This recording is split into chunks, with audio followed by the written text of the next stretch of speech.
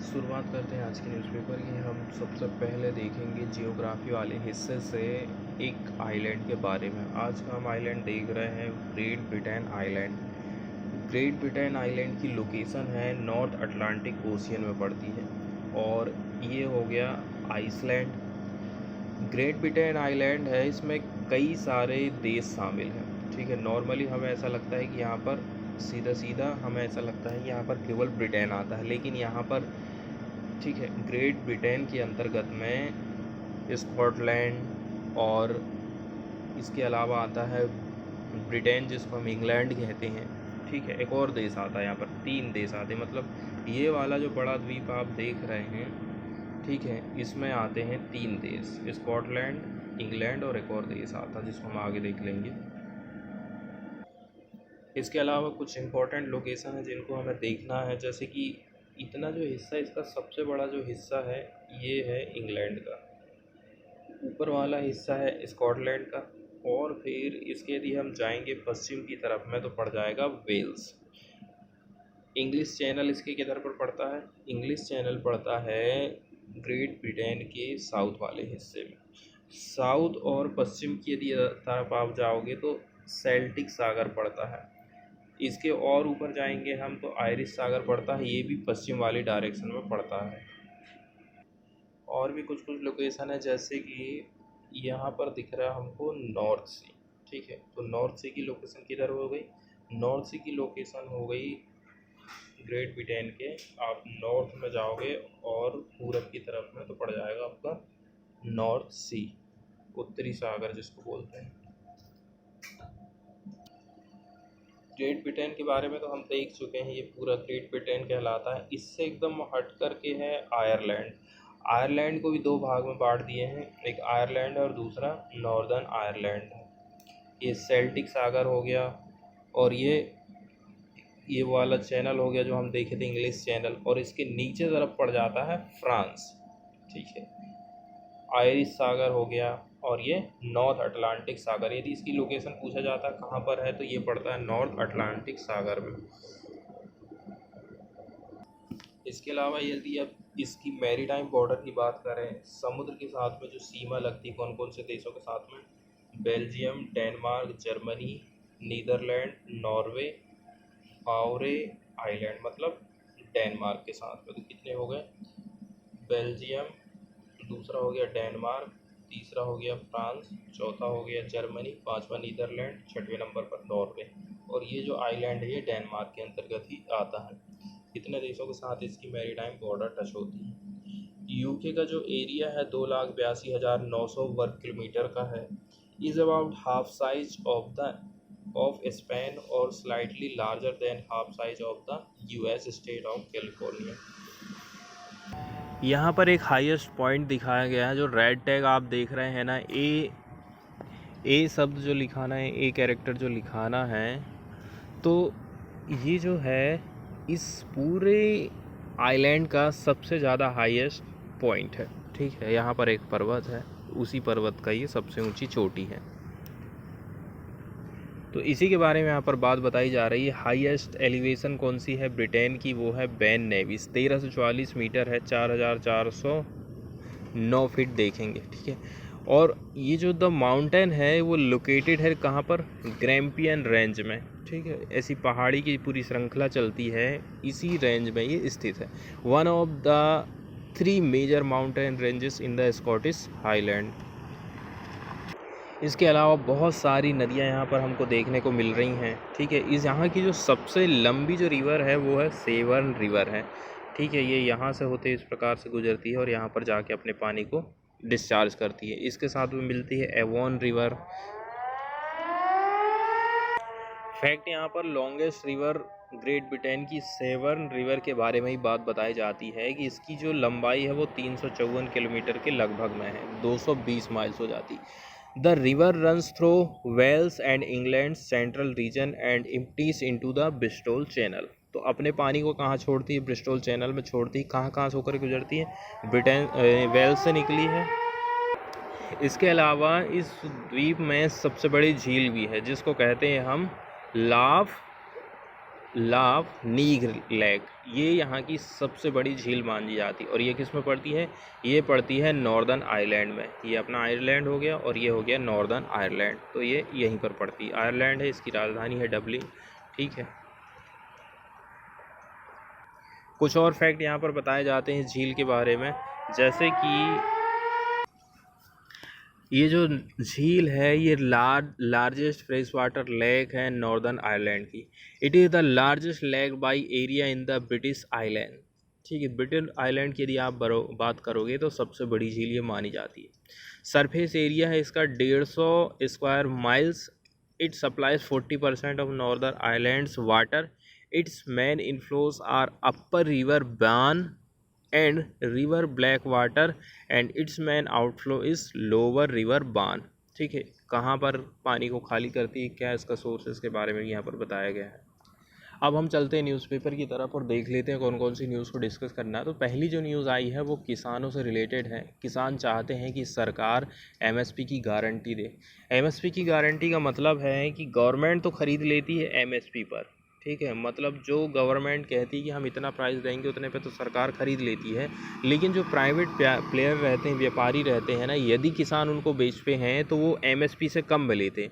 MSP यदि धान के लिए गवर्नमेंट दे रही है 1600 रुपया प्रति क्विंटल, तो ये जो प्राइवेट प्लेयर हैं वो 1400 में ही खरीदेंगे और बाकी जो मुनाफा बच रहा है वो उसको अपनी जेब में डालते हैं। तो गवर्नमेंट किसान चाहते हैं कि हमें एमएसपी पर कानून मिले।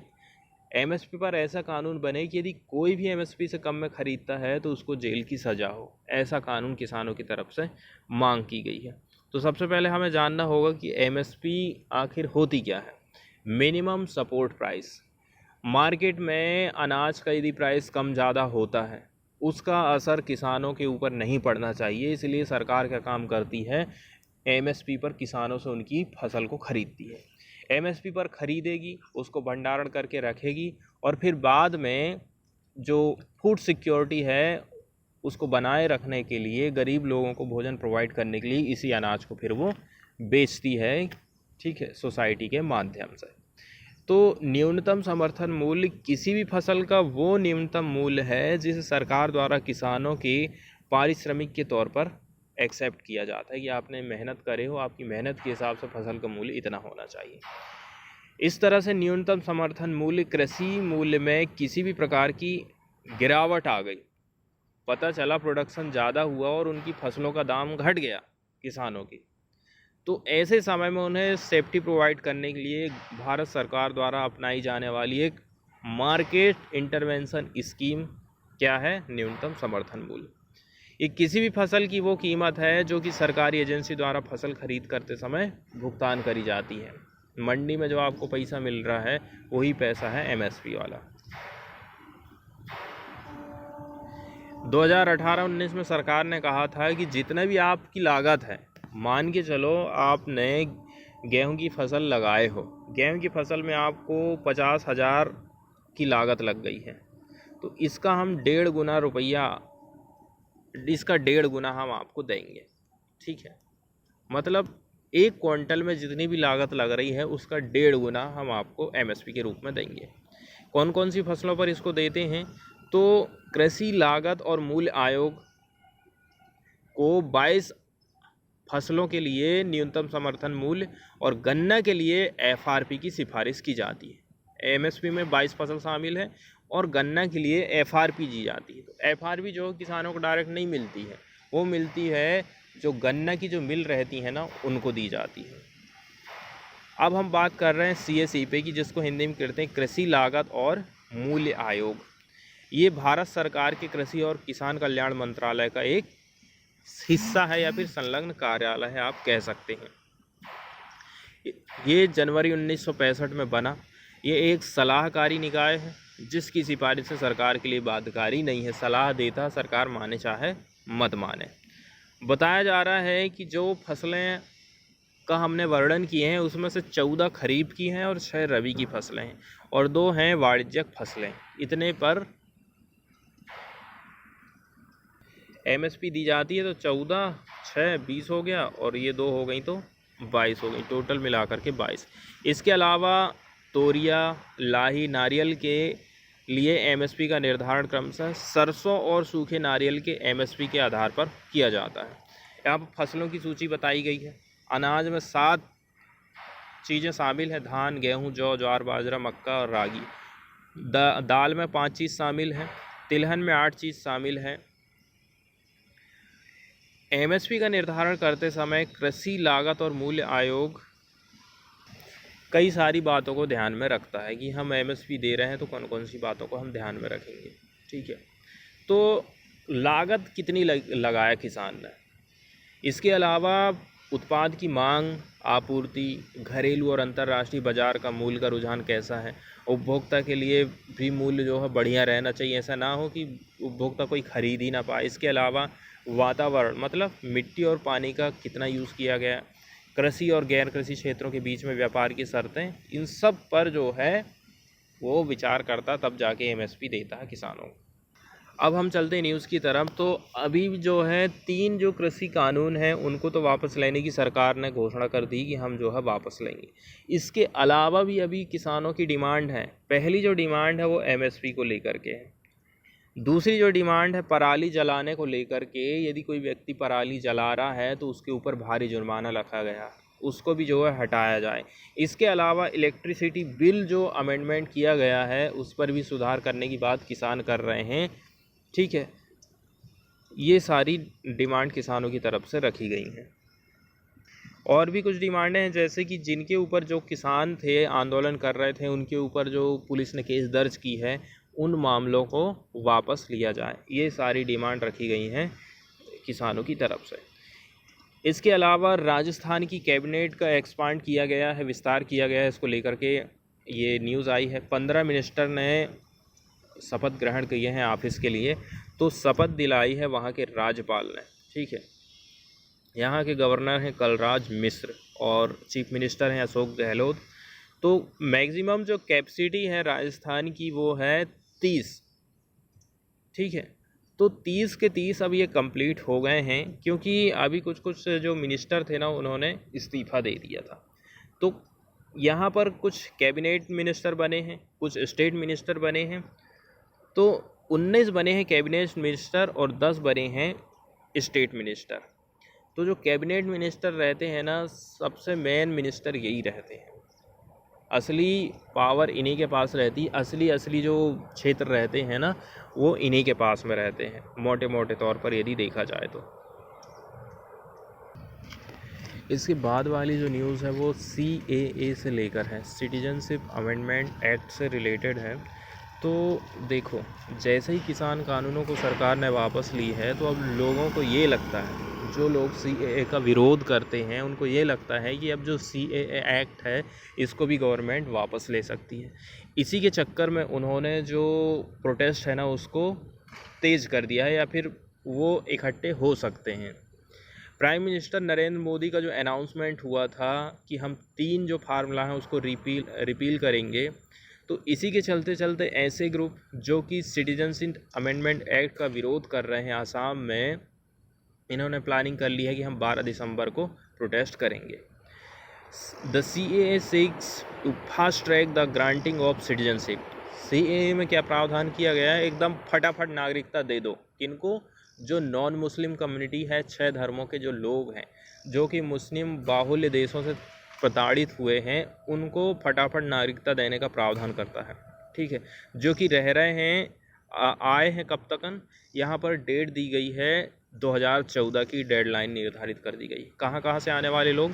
अफ़गानिस्तान, बांग्लादेश और पाकिस्तान से जो लोग आए हैं। A few groups have decided to revive the anti-CAA protest that turned violent and claimed their lives, at least 5 people in police firing in December 2019. These organizations include ASU, All Assam Students Union, the Krisak Mukti Sangram Samiti, led by activist turned MLA Akhil Gogoi, and Assam जातीय परिषद, ए political party. इतने सारे लोग जो है यहाँ पर शामिल हुए थे CAA के विरोध में। इसी के चलते चलते जो है ना 5 लोगों की डेथ हुई थी फायरिंग में, दिसंबर 2019 की ये बात है। तो जो नागरिकता संशोधन अधिनियम है, ठीक है, इसमें डेडलाइन रखी गई है 31 दिसंबर 2014 की। इस तारीख तक या फिर इससे पहले भारत में आकर रहने वाले अफ़गानिस्तान, बांग्लादेश और पाकिस्तान के हिंदू, सिख, बौद्ध, जैन, पारसी और ईसाई, ठीक है, इनको हम नागरिकता देंगे। सरकार ने ऐसी घोषणा करी है, क्योंकि ये वहाँ से सताए हुए हो सकते हैं, अल्पसंख्यक हैं। नागरिकता अधिनियम हम 1955 की बात कर रहे हैं। अवैध प्रवासियों को भारतीय नागरिकता प्राप्त करने से प्रतिबंधित करता है, ठीक है। ये कहता है कि हम आपको नागरिकता नहीं देंगे। अब अवैध प्रवासी कौन है? जिसके पास पासपोर्ट या फिर दस्तावेज नहीं है और भारत में एंटर कर लिया, जो अपनी निर्धारित समय सीमा से ज़्यादा टाइम तक रह चुका है, तो वो अवैध प्रवासी माना जाएगा, ठीक है। अब यहाँ पर बात आ रही है कि अफ़गानिस्तान, बांग्लादेश और पाकिस्तान से आने वाले जो अल्पसंख्यक लोग हैं, लाभ प्रदान करने के लिए उन्हें विदेशी अधिनियम 1946 पासपोर्ट वाला 1920 के तहत छूट प्रदान करनी होगी, क्योंकि 1920 का अधिनियम विदेशियों को अपने साथ पासपोर्ट रखने के लिए बाध्य करता है, जबकि 1946 कह रहा है कि विदेशियों के प्रवेश और प्रस्थान को कंट्रोल कर रहा है, ठीक है। और यही हम देखने वाले हैं यहाँ पर। और 1955 का अधिनियम कुछ क्वालिफिकेशन को पूरा करने वाले व्यक्ति को नागरिकता देने के लिए आवेदन की अनुमति दे देता है। इस अधिनियम में क्या कहा गया है कि अन्य बातों के अलावा उन्हें आवेदन करने की तिथि से 12 महीना पहले तक भारत में निवास और 12 महीने से पहले 14 वर्षों में से 11 वर्ष पूरे भारत में बिताने की शर्त पूरी करना पड़ेगी। इसमें जो है 11 साल रहने की बात कही गई है, तो 11 को इसमें 5 वर्ष कर दिया गया है, ठीक है। तो अभी जो सर्वे हुआ था, सर्वेक्षण सिटीज़ को, जिसमें रैंकिंग दी गई है, पहली रैंकिंग किसको मिली, सेकंड रैंकिंग किसको मिली पॉपुलेशन के हिसाब से, तो यहाँ से एक एडिटोरियल छपा है जिसमें बताया जाता है कि इससे हमको आखिर सीख क्या मिल रही है, ठीक है। ठीक है, हमने रैंकिंग दे दिए हैं, लेकिन इससे और जो अदर स्टेट है वो क्या सीख सकते हैं। तो 6 साल हमारे पास रहे, हम कुछ सीख सकें रैंकिंग प्रोग्राम से। It is motivating cities to significantly allocate resources toward improving sanitization, ठीक है। पैसा उनको अब बढ़िया मिल रहा है कि नहीं मिल रहा है, ताकि वो सैनिटाइजेशन का जो काम है अच्छे से कर सकें। इसके अलावा are cleaner cities cleaner because they are better position to access state fund, thus able to pull further away from other cities. तो हम तो साफ़ सुथरे हो गए हैं, क्या अदर दूसरे शहर की तरफ भी हम कदम बढ़ा रहे हैं, अपना जो फंड है उसको ट्रांसफ़र कर पा रहे हैं। Do state focus their energies and funds in keeping some cities clean to avail of a rank in any of the wide number of categories। इसके अलावा बताया जा रहा है कि राज्य की जो सरकारें हैं वो फोकस कर रही हैं अपनी एनर्जी को और फंड को, ठीक है, ताकि जो सिटी है ना वो क्लीन रह सकें और अपनी जो रैंकिंग है उसको और भी ज़्यादा वो बढ़ा सकें अदर कैटेगरी में। इसके अलावा reducing A metric as complex as sanitization and cleanliness to blunt ranking can often induce a false sense of progress। यहाँ बहुत सारे क्वेश्चन पूछे गए हैं, ठीक है, जो कि और भी ज़्यादा सुधार की ओर अग्रसर करते हैं। इसके बाद वाली न्यूज़ हम देखने वाले हैं मध्य प्रदेश से, ठीक है। MP launches a sleeve of cow welfare measure. Cow welfare measure की लॉन्चिंग की गई है यहाँ पर। चौहान टारगेट्स 2023 इलेक्शन, तो इसको जो है 2023 के इलेक्शन से जोड़कर देखा जा रहा है। With an eye on 2023 assembly election, Shivraj Singh Chouhan government has decided to set up a tax plan, ठीक है, टैक्स की प्लानिंग कर रही है मध्य प्रदेश की सरकार। Cow welfare in the state where gau kalyan has been at the heart of politics for year. कई सालों से ही ये उनके माइंड में थी। A tax plan should be prepared to mop up fund for cow fodder, ठीक है। गाय के यहाँ पर फोडर के बारे में, मतलब चारा अवेलेबल कराने के लिए हमें जो है टैक्स कलेक्ट करना चाहिए, ऐसा शिवराज सिंह चौहान का कहना है। Similarly cow products should be promoted and cow phenyl should be used in government office. सरकारी दफ्तरों में गाय के मूत्र से जो फिनाइल बनता है ना उसका यूज़ किया जाए, और भी गाय के से जितने भी प्रोडक्ट हैं उनका ज़्यादा से ज़्यादा यूज़ किया जाए, ऐसा शिवराज सिंह चौहान का कहना है। मध्य प्रदेश गोपालन and live stock promotion board on Thursday, ठीक है, ये यहाँ पर मीटिंग हुई थी, उसी के दौरान इन्होंने कहा था। उन्होंने दिशा निर्देश जारी किए हैं अधिकारियों को कि जो है 2200 गौशाला काऊ शेल्टर बनाए जाएं, डेवलप सिख गौशाला एज ट्रेनिंग सेंटर। इसके अलावा 6 गौशाला ऐसे रहेंगे जो कि ट्रेनिंग सेंटर के रूप में रहेंगे। इसके अलावा restart 8 gau sadan that were shut down, develop the Saleria gau sanctuary of Agar Malwa district as a model sanctuary, ठीक है, and set up a govansh van vihar in Jabalpur district for which 530 acre of the land is available with animal husbandry department, ऐसा अधिकारी लोगों का कहना है।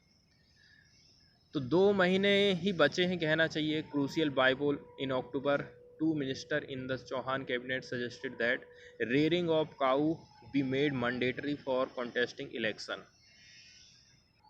इसके बाद वाली न्यूज़ हम देखने वाले हैं इंदिरा गांधी पीस प्राइज़ से related. Pratham gets Indira Gandhi peace prize. Pratham एक प्रकार से क्या है, सिविल सोसाइटी ऑर्गेनाइजेशन है जो कि डेडिकेटेड है इम्प्रूव करने के लिए quality of education among under privilege children in India. Under privilege word आया है यहाँ पर, जिसका मतलब होता है वंचित, जिन लोग एजुकेशन को एक्सेस नहीं कर पा रहे हैं, गरीब, अल्पसंख्यक, ठीक है, आदिवासी लोग। Children in India and across world has been selected for the Indira Gandhi prize for peace, disarmament and development for 2021। तो ये प्रथम एक प्रकार से सिविल सोसाइटी ऑर्गेनाइजेशन है जो कि एजुकेशन को बढ़ावा देता है, इसको ही ये पुरस्कार मिला है। International jury of the Indira Gandhi prize for peace, disarmament and development chaired by former chief justice of India justice T S. Thakur announce the award for the prize to organisation. उन्होंने ही इसकी घोषणा करी है। 2021 का जो प्राइज़ है अवार्ड किया जाएगा प्रथम को for its pioneering work over more than a quarter century in seeking to ensure that every child has access to quality education। हर बच्चे को क्वालिटी वाली एजुकेशन मिले for its innovative use of digital technology to deliver education. और ये digital technology का use करता है ताकि सब तक एजुकेशन पहुंच सके। इसके अलावा इसके जो प्रोग्राम हैं प्रोवाइड करने वाले skill to young adult for its regular evolution of the quality of education, ठीक है। तो जो क्वालिटी एजुकेशन है उसको एवोल्यूट भी ये करने का काम करती है, ठीक है। एवोल्यूशन का मतलब होता है मूल्यांकन करना किसी भी चीज़ का। For its timely response in enabling children to learn during the corona related school closure. Mumbai की झुग्गी झोपड़ियों के बारे में यहाँ पर बात बताई जा रही है। सेटअप किया गया था 1995 में in Mumbai director Madhav Chavan and MS Farida Lambe Pratham started work in Mumbai slum. सबसे पहले इन्होंने काम चालू करा 1995 में, कहाँ पर, मुंबई की झुग्गी झोपड़ियों में। सेटअप किया था कम्युनिटी बेस्ड बालवाड़ी या फिर जिनको प्री स्कूल कहते हैं, और ऑफ़र किया था remedial education for student lagging behind their grade level curriculum. इसके अलावा यहाँ पर बताया जाता हर साल जो annual status report of education report ASER जिसको कहते हैं, ये बेस्ड ऑन सर्वे करती है 6 लाख रूरल इंडियन चिल्ड्रन का, ठीक है। रूरल इंडियन चिल्ड्रन जो ग्रामीण बच्चे रहते हैं उनका ये सर्वे करने का काम करती है। Is now used as a model to access education outcome and learning deficiencies in 14 countries over 3 continent. तो 3 कॉन्टिनेंट और 14 कंट्रीज़ में अपना ये सर्वे करने का काम करती है। In basic education Pratham develops low cost and replicable innovation working with government और कमिटी इम्प्रूव इस लर्निंग आउटकम। इसके बाद वाली न्यूज़ हम एक स्टडी से रिलेटेड देखने वाले हैं। Prolonged school closure. लंबे समय तक यदि आप स्कूल को बंद रखोगे तो उससे क्या होगा, जो लड़कियां हैं ना, घर वाले सोचेंगे कि लड़कियों की शादी हम जल्दी से जल्दी कर देते हैं या फिर उनको घर के ही कामकाज में लगाते रहेंगे। दूसरी बात यह है उनका खर्च नहीं उठा सकते हैं, तो कहीं बाहर काम में भेज देंगे। इस प्रकार से जो जेंडर इक्वालिटी है, लड़के और लड़कियां जो एडमिशन ले रही हैं बराबर मात्रा में, वो कम ज़्यादा हो जाता है, ऐसा इसमें बात बताई गई है। Girls time to learn affected by increase household chores. घर के जो चोर्स हैं, ठीक है, यहाँ पर चोर्स वर्ड आया है जिसका मतलब होता है घर के जो कामकाज है ना, उनके चलते चलते वो स्कूल नहीं जा पा रही। वैसे भी लड़कियों को तो काम में लगा ही देते हैं, खाना बनाओ, साफ़ सफाई करो, कपड़े लत्ते धोना, बहुत सारे काम में घर में उनको इन्वॉल्व कर दिया जाता है। ये जो न्यूज़ है ये है पीटीआई से, प्रेस ट्रस्ट ऑफ इंडिया से। Educational disruption due to prolong closure of school across the globe will not only have alarming effect on learning loss. ना केवल इससे पढ़ाई का लॉस हुआ है, इसके अलावा जेंडर की जो इक्वालिटी है वो भी खतरे में रही है या कम हुई है। ये स्टडी है यूनेस्को के द्वारा। द ग्लोबल स्टडी, जिसका शीर्षक रहा था when school shut, gender impact of corona school closure. जब स्कूल बंद हुए तो कोरोना का जेंडर पर क्या असर पड़ा है। Brings to fore that girls and boys, young women and more were affected differently by school closure depending on the context। सब लोग इससे प्रभावित हुए। At the peak of the pandemic 1.6 billion students in 190 countries were affected by school closure। इतने सारे जो बच्चे हैं, 1.6 बिलियन बच्चे 190 देशों के प्रभावित हुए हैं स्कूल के बंद होने से। Not only did they lose access to education but also to myriad benefit of attending school. ठीक है, मायराड यहाँ पर वर्ड आया जिसका मतलब होता असंख्य। स्कूल अटेंड करने से कई सारे उनको फ़ायदे होते थे। ठीक है, आपस में मेल मिलाप हो जाना, खाना मिल जाना, खेलना कूदना हो जाना, ये बहुत सारी चीज़ें उनको बेनिफिट जो मिलती थी वो नहीं मिल पा रहे हैं। एट एन अनपैरेलल्ड स्केल, ऐसा कहना है यूनेस्को का। तो देखो, drawing on the evidence from 90 countries, इसके अलावा in depth data collected in the local community. The report बताती है कि जेंडर नॉर्म्स और expectation can affect the ability to participate in the benefit from remote learning. यदि हम poorer context की बात कर लें, girls time to learn was constrained by increased household chore. तो लड़कियों का जो पढ़ाई लिखाई है वो घर के कामकाज से सबसे ज़्यादा प्रभावित हुआ। बॉय लोगों का जो पार्टिसिपेशन रहा in learning was limited by income generating activities. तो लड़कों बच्चों को बोल रहे हैं अब तुम स्कूल किताब काफ़ी बंद करो और कमाई में लग जाओ। ठीक है, होटल में चले जाओ, कहीं पर भी चले जाओ, लेकिन कमाई करो। Girls face difficulties in engaging in digital remote learning modalities in many context because of limited access to internet enabled age. लड़कियां जो है मोबाइल डिवाइस को एक्सेस नहीं कर पाई, ऑनलाइन एजुकेशन को नहीं हासिल कर पाई। इसके अलावा लैक ऑफ डिजिटल स्किल और cultural norm restricting there use of technology devices. इसके बाद वाली न्यूज़ हम देखने वाले हैं श्रीलंका से। श्रीलंका की कंडीशन ना सही नहीं चल रही है। यदि हम देखें इकोनॉमिक की कंडीशन तो ठीक है, वहाँ पर जो खाद्य पदार्थों के दाम बहुत ज़्यादा बढ़ गए हैं, शॉर्टेज भी आ गई है। एक प्रमुख रीज़न रहा था इसका कि श्रीलंका ने घोषणा कर दी थी, कंपलसरी कर दिया था किसानों को कि जो आप जो है रासायनिक खाद का इस्तेमाल मत करिए, यूरिया डीएपी का जो खेतों में फेंक रहे हैं आप एकदम बंद कर दो। इसी के चलते चलते वहाँ का जो कृषि का प्रोडक्शन है ना वो बहुत डाउन हो गया था।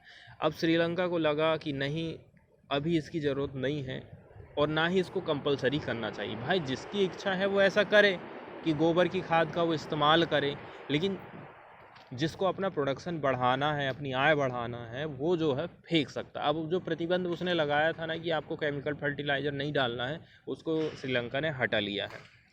सरकारी जड़ी बूटियों और कीटनाशकों सहित सभी कृषि रसायनों पर समाप्त कर दिया है इसने जो प्रतिबंध लगाए थे।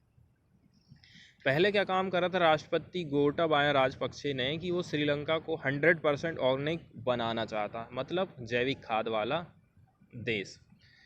तो श्रीलंका ने रविवार को, ठीक है, दुनिया का पहला देश बना था पूरी तरह से जैविक खेती करने वाला, लेकिन अब उस चीज़ को उसने छोड़ दिया है और घोषणा कर दिया कि कीटनाशकों और अन्य कृषि आदानों पर आयात प्रतिबंध को तुरंत हटा देगा। अब इसके रीजन कई सारे बताए जा रहे हैं, जैसे कि उनके पास फॉरेन जो करेंसी है उसकी कमी जा रही, डॉलर की कमी हो गई है। इसके अलावा भोजन, कच्चे तेल और अन्य जो ज़रूरी चीज़ें हैं उनकी कमी जा रही है। जब कमी जाएगी तो उनका जो दाम है वो बढ़ जाएगा और लोग एक्सेस नहीं कर पाएंगे, जो गरीब लोग हैं। इसके अलावा क्या है ना, श्रीलंका को देखोगे तो क्या है, चाय की खेती, इसकी जो मेन कमाई है वो होती है उसके टूरिज़्म से। टूरिज़्म इसका कोरोना के चलते चलते ठप पड़ गया था, ठीक है। मुख्य निर्यात अर्जक चाय के लिए उर्वरक आयात पर पहले से ही वापस ले लिया था। मतलब कि अब जो है वो बाहर से जो फर्टिलाइज़र है उसको मंगवा लेगा, ठीक है, इंपोर्ट कर लेगा। इसके अलावा बात बताई जा रही है कि यदि पिछली बार मई के महीने में लागू किया गया था ना आयात प्रतिबंध, ठीक है, कृषि भूमि के बड़े हिस्से को छोड़ दिया गया था। पिछले ही हफ्ते में चावल, सब्जी और अन्य बाज़ार की जो सामान की कीमत है ना डबल हो गई थी श्रीलंका में।